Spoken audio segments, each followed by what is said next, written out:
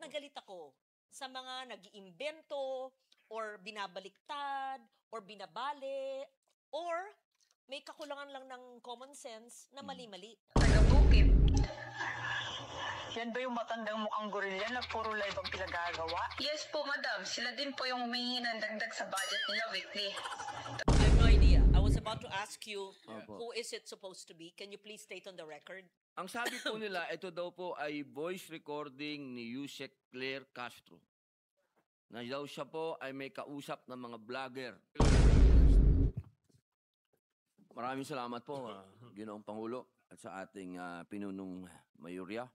A'udhu billahi minasyaitanir rajim. Bismillahirrahmanirrahim. Alhamdulillah Rabbil alamin.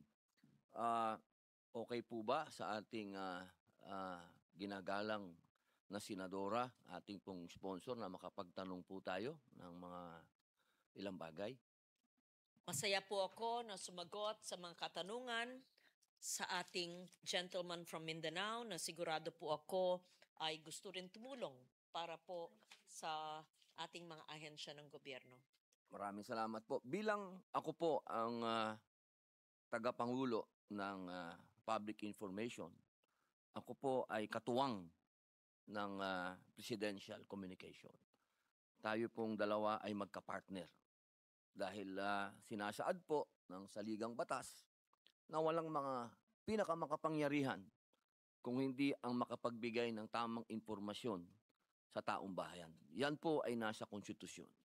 At ako po ay nandirito sa harapan po ninyo upang makatulong po ninyo. Hindi po ako para banatan o silipin o anuman ang patungkol sa Presidential Commission.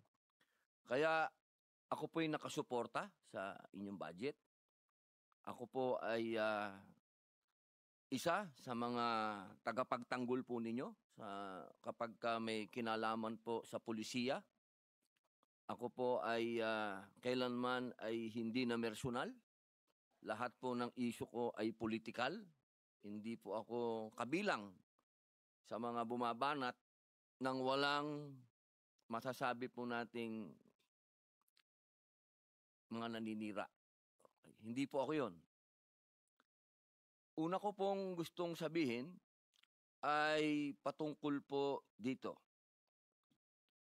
Meron pong mga bagay na gusto ko pong linawin galing po sa PICO dahil dapat po sa inyo ang unang-unang pinanggagalingan ng tamang balita. At ako naman po, kapag tama yung balita, ako po mismo ang nagpapalawak nito sa pamamagitan po ng social media ko at sa aking mga kasama. Ito pong mga nakaraang linggo, meron pong mga lumalabas katulad po noong nangyari doon po sa ating dalawang kalihim. Meron po tayong dalawang kalihim na nag-anunsyo. Ang sinabi po ng PICO na nagbitiw ang dalawang opisyal nito at tinanggap ng Pangulo. Ngunit, dininay po ito ng ating executive secretary nung sinabi niya na hindi naman daw siya nag-resign. Sinabi po sa kanya na meron daw tumawag sa kanya at siya ay sinabing bumaba na. Ito po yung mga ganitong mga ganap ang hindi po nakakatulong para sa atin. Sapagkat nako-confuse po ang tao. Opo. Bilang kayo po ang pamantayan at kayo po ang pinanggagalingan ng mga impormasyon, ano po ang pwedeng gawin ng PICO upang maiwasan po yung mga ganitong klaseng maling pahayag? Opo. I agree with you, Mr. President. Messaging is so important. Disinformation, misinformation, inaccuracy, lost in translation confuses the people. Even if you have good intentions, if you said it wrong, or if you intentionally meant to confuse, then that is wrong. And so, there must be clear source of messaging. Isa lang ang gagawa ng mensahe. Hindi pwedeng iba, hindi naman pwedeng nagsasalita, may balita na hindi na-vet, na hindi na-verify, na hindi nako-confirm. Hindi pwede yung akala, hindi pwede yung hindi alam, hindi pwede hindi nag-uusap. Now, per the specific instance that you're mentioning, why was there a miscommunication? I would just surmise, I'm not even asking the agency, that probably there was no clear coordination. Bakit ba?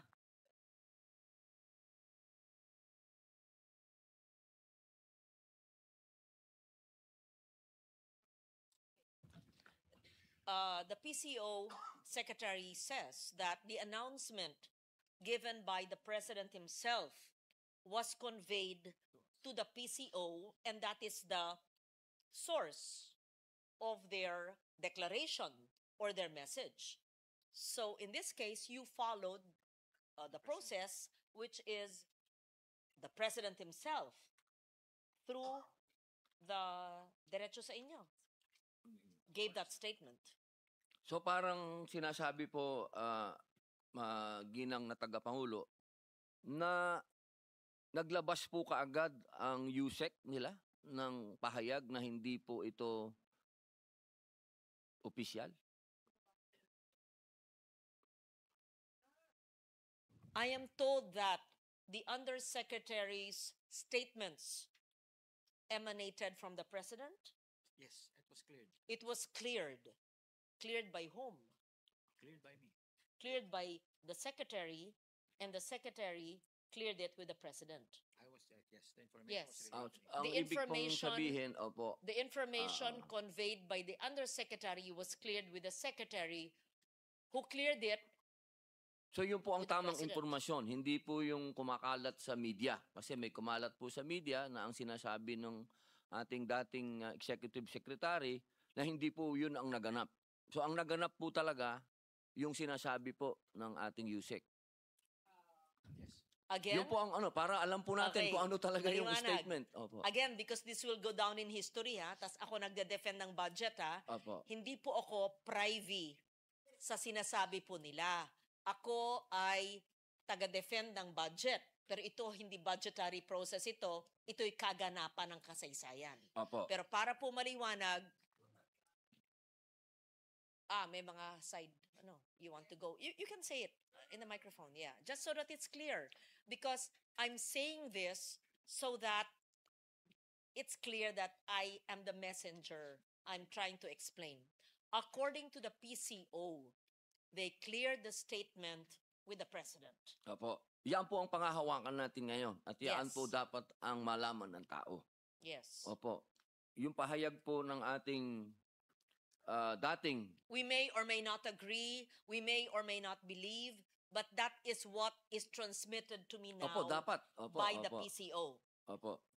Dapat po kasi isa lang ang mensahe. Yes. Mm-mm. At kung ano yung mensahe, yun po talaga ang dapat na malaman ng tao. Opo. Meron po akong pangalawang katanungan. Kapag ka sinabi po natin public information, naniniwala po ba ang PICO na dapat hindi ito political propaganda?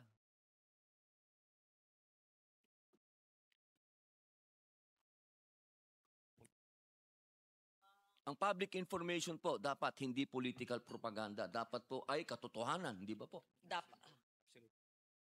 News dissemination must be based on truth.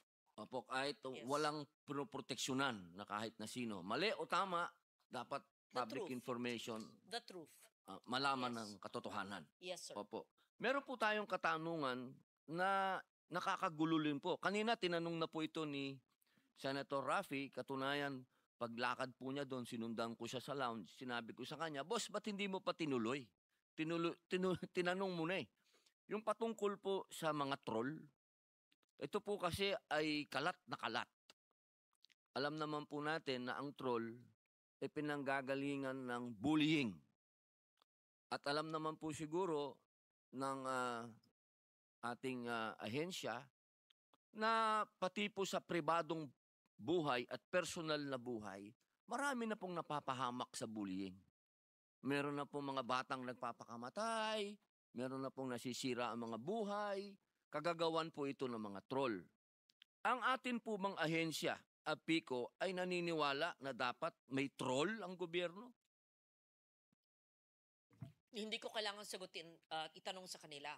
Dapat wala. Ayon sa kanila po, ay wala. Pero actually, talaga bang wala? Sa mga resources na binibigay sa inyo, malay naman namin na wala. Kasi yan ang kalakaran. I mean, I'm speaking for myself. I mean, Opo. of course, the official statement. Again, I'm defending their budget.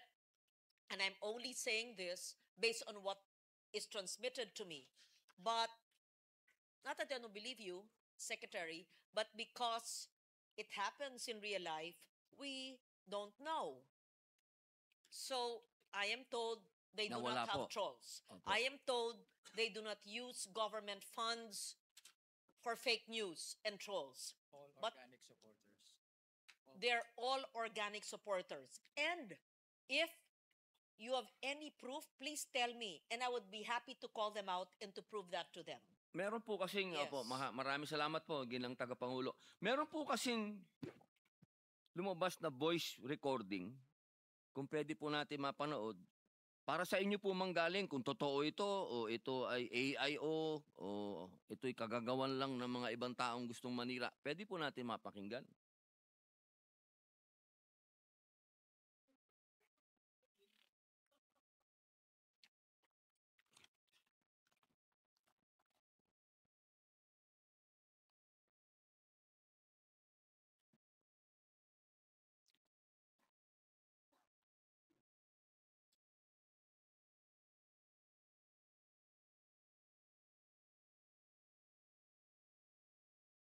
Habang wala pa po,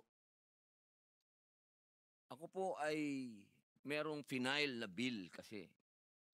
Ang tawag po natin dito ay Anti-Troll Farm Act. Kung pagbabasihan po natin yung sinabi ng ating mahal na senadora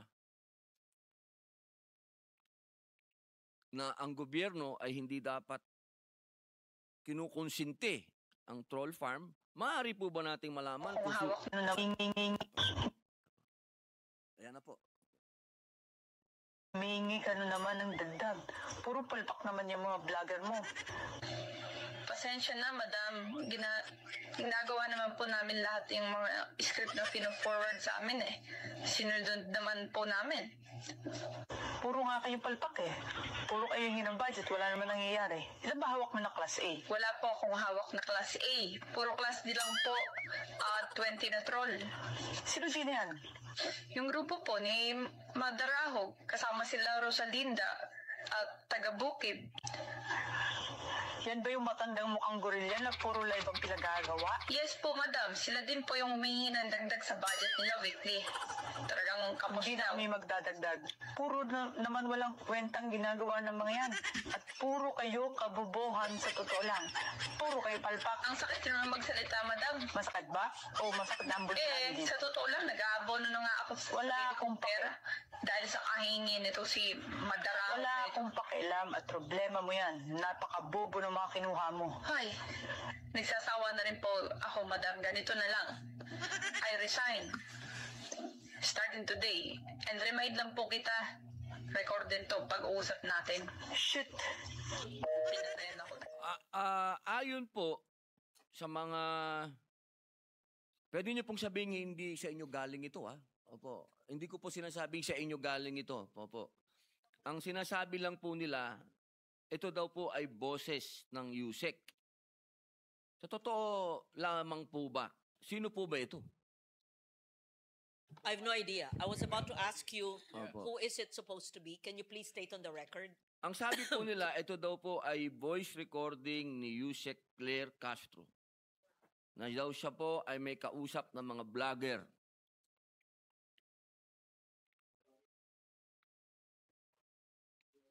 So hindi po, sa inyo po hindi galing sa kanya. Opo. Malayo po sa Instead of naming somebody that we're not sure of, why don't we send it to the NBI for voice print? Imbis na Yes, nanguhula it tayo, would- nagbabanggit tayo ng pangalan. Because You're I cannot- mentioning the name of Yusek or Attorney Castro. It's unfair for her. I-print nyo na lang sa voice print na lang sa NBI. Para I agree with hindi that. tayo masabi sa mga ganyang mga balitaan. Because I will give you an advice from Denzel Washington. Sabi niya, if you don't listen to the news, you're uninformed.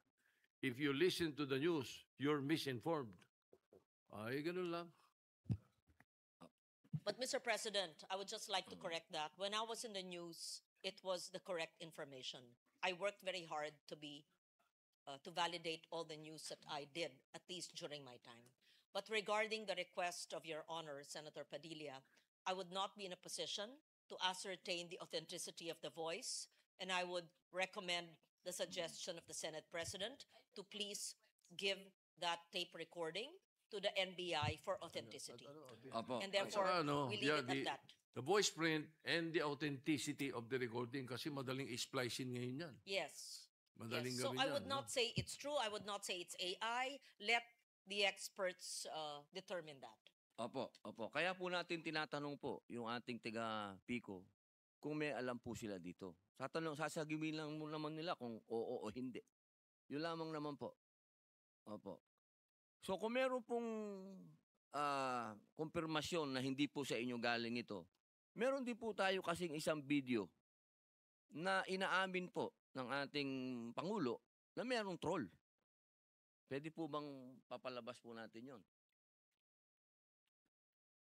2016 pa malayo pa tayo. Nag-start talaga ito dahil noong 2016 nagpo-protesta tayo, wala tayong makuha na oras sa ABS, wala tayong makuha sa Channel 7, wala tayong makuha sa Inquirer, wala tayong makuha sa Philstar, binabanat-banatan tayo ng Rappler. Sabi ko, the only option that we have is social media. Kaya June kami nag-concentrate. Kaya nag-hire ako ng libo-libo na troll army. Ipapakilala ko sa inyo ang ating... So, yun lamang po. Uli, tatanungin ko po kayo. Wala, ito po, pwede natin paimbestigahan ulit ito kung gusto po ninyo. Kung ito ay galing talaga sa tunay o ito po ay gawa-gawa lang ng AI o ano. Tanong lang po uli. I would like to inform you that that was a joke. He meant a joke because tinitira siya ng mga troll noon. So ang ginawa niya, kunwari, mayroon siya sariling troll. But I assure you that because I know it for a fact. But anyway, you go ahead with your question. Apo. So ito po, tanong lang po uli. Kung joke man po ito o hindi, kayo po ba sasabihin niyo uli sa amin at naririnig po ng taong bayan na wala kayong troll sa gobyerno? Yun lang po ang kailangan natin linawin. Opo. So, babalikan ko po kayo. Kung wala pong troll ang gobyerno, inaasahan ko po ba na itong ating bill, na Senate Bill number 1490, ang Anti-Troll Farm Act, ay susuportahan ng PICO? That is against fake news, and I would like to study it and enhance it further, and even join Your Honor as co-author. And I would like to ask the PCO. Dave Gomez was a newsman, really respected newsman, Kilala ko po si Boss. veterano. So, supportahan natin yan. Yes. Yun lamang po ang gusto nating ipunto. Dahil kung ang nagagamit po itong mga gumagawa ng mga fake news ay ang gobyerno, paano pa hindi taga-gobyerno? Yun lang naman po ang punto natin. Kung nagagamit nila yung boses, sasabihin nilang Yusek yun, at ilalabas nila pa ang Pangulo natin, paano pa yung ibang tao? So kailangan po natin talaga itong bill na ito. Hindi po ako nandito para mamulitika. Tandaan po ninyo, kahit tingnan nyo po ang records ko, kahit kailan hindi ko po binanatan ng presidente ng personal. Kung meron mo po akong sinasabi, polisiya at politika. Opo. Meron po pong uli. Yung pong fact-finding mechanism ng PICO, meron po ba kayong sarili ng, kumbaga, grupo na gumagawa po nito para po sa fake news? Kasi naalala ko po, yung unang hearing ko po ng public information, nangako po sila sa akin na gagawa sila ng task force na hahawak ng paghahanap ng fake news. Gusto ko lamang pong tanungin kung nagawa ba yung task force na yun.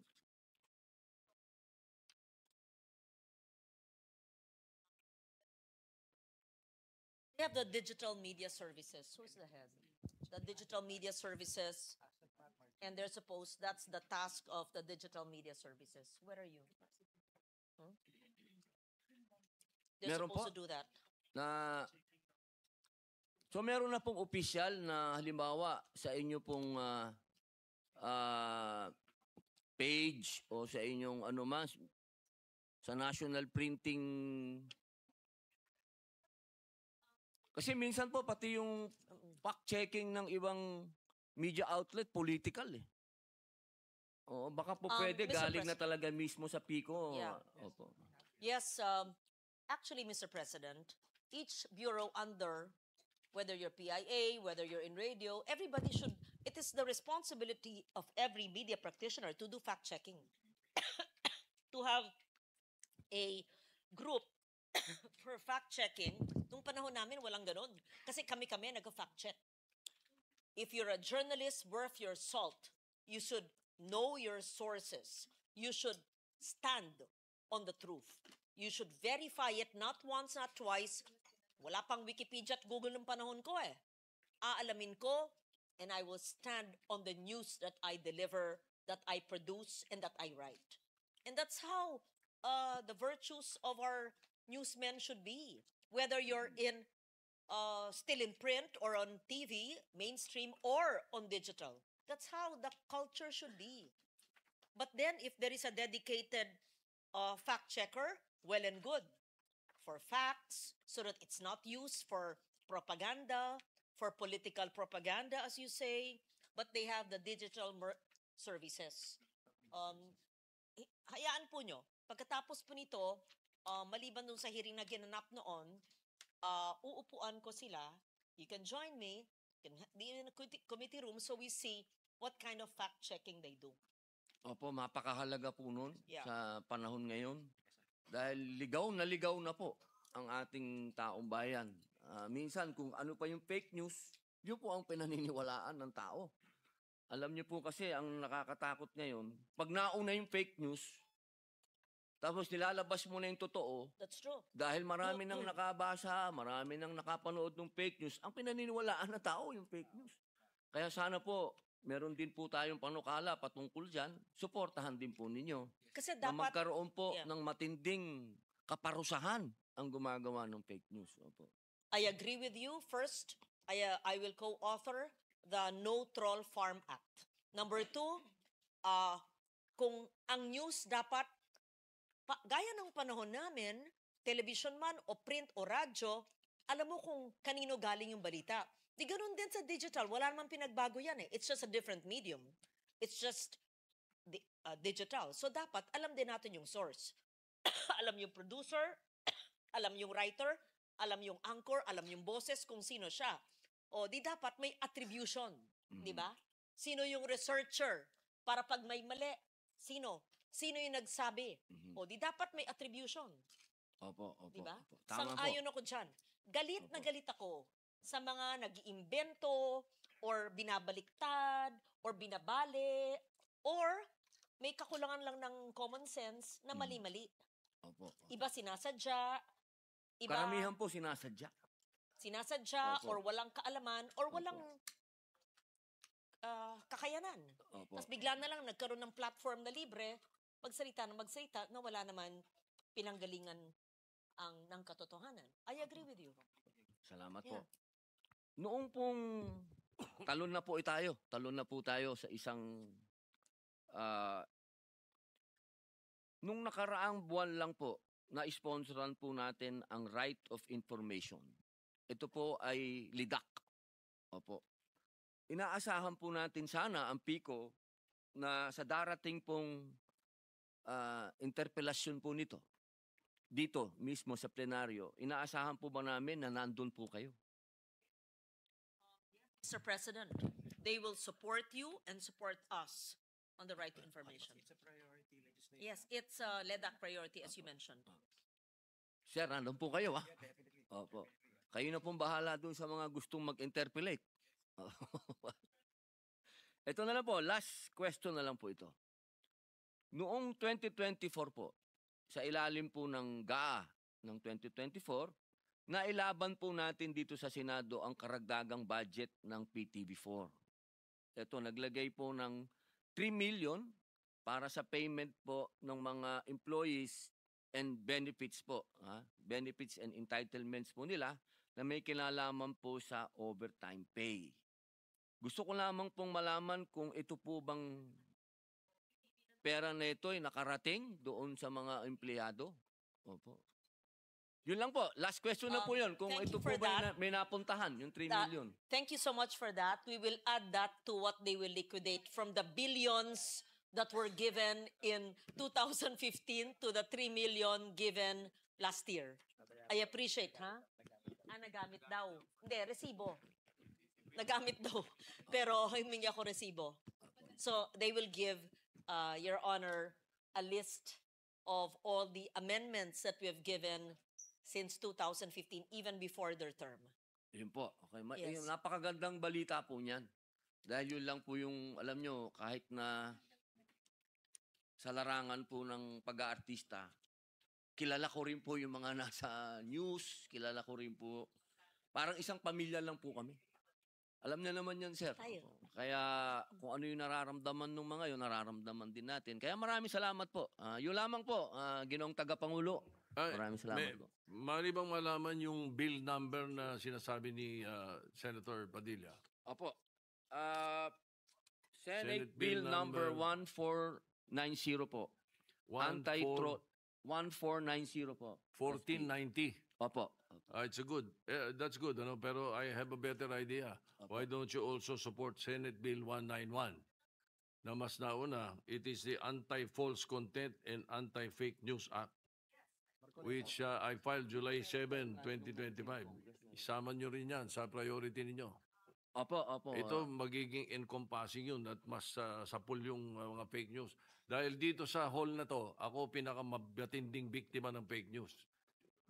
Mr. President, Mula nung araw hanggang ngayon. Mr. President, I would love to prioritize that and I would include the troll farms. Kasi yung Opo. troll farms, parte na yan ng fake news eh. So, yung paano ko lang matasabi ng ni Senate President, pwedeng isa lang pasa natin, isama na natin, subsume natin yung kontra troll farm. Kasi yung mga troll farm, parte yan ng fake news network, di ba? Sila po yung So, nagpapakalat. Opo. Yes. So, I would be very, very happy if that anti-fake news bill could be heard and we could enact it into law. We should concentrate on that, the fake news, fake content, gano'n. Yes. Kasi we keep on saying troll farms. Pwedeng lahat ng sumusuporta sa'yo, pwedeng tawaging troll eh. Pwede rin lahat ng magandang bagay na ginawa mo, ikakalat ng troll farm eh, kung meron man troll farm eh. So, hindi ibig sabihin masama yung salitang troll. Depende sa paggamit. Therefore, ang concentration is fake news, false content. Yun ang concentration. And whether the troll is good or bad, as I said, diyan makikita natin dyan, 20 sa laman na sinasabi nitong mga nasa social media na to. Hindi po ba? I agree with you. I will Alright. study both measures and I believe that those two bills are in your committee, Mr. President. So I would be supportive of enacting those bills. And as I said, mula nung kabataan ko, ako'y advocate ng totoong balita at ang kinalakihan ko po na hanggang ngayon, yun ang aking kultura, tumanda na po sa balita ay importante, we stand on the truth.